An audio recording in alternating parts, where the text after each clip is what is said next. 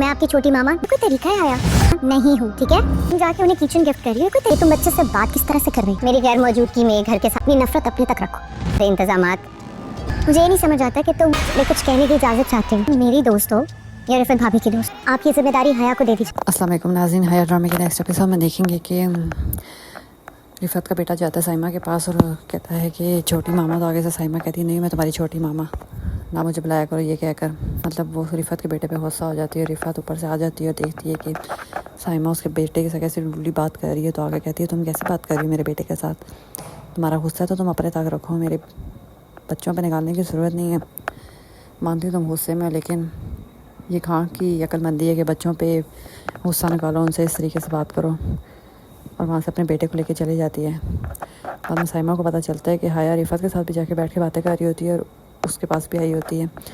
तो वो हया को कहती है कि आप कर क्या रही हैं, आप रिफत भाभी के पास क्या कर रही थी, आप उन्होंने किचन गिफ्ट किया है, ये क्या तरीका हुआ।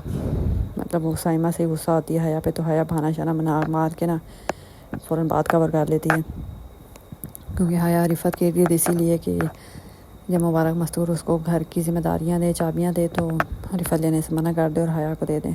क्योंकि मुबारक मस्तूर जा रही है उम्रा शुमरा करने, तो वो चाहती पीछे से सारा घर का सिस्टम और निज़ाम रिफत देखे। तो फिर मुबारक मस्तूर सारे घर वालों को इकट्ठा करती है और कहती है कि मैं चाहती हूँ कि मेरी गैर मौजूदगी में इस घर का निज़ाम और सारा कुछ रिफत देखे। तो रिफत उधर खड़ी होती है और कहती है कि मैं कुछ कहना चाहती हूँ, इजाज़त है। तो मुबारक मस्तूर कहती हाँ बोलो। तो रिफत कहती है कि आप ये घर की चाबियाँ ना हया को दे दें। तो हया एकदम शौक हो जाती है रिफत की बात सुन के कि इतने दिनों से जो रिफत के इर्द गिर्द घूम रही थी इसी मकसद के लिए, फाइनली वो मकसद पूरा हो गया। तो फिर मुबारक मस्तूर जब रिफत कहेगी तो मुबारक मस्तूर को चाबियाँ घर की और सारा कुछ हया की ज़िम्मेदारी लगा देगी, क्योंकि हया तो चाह ही रही थी पहले दिन से।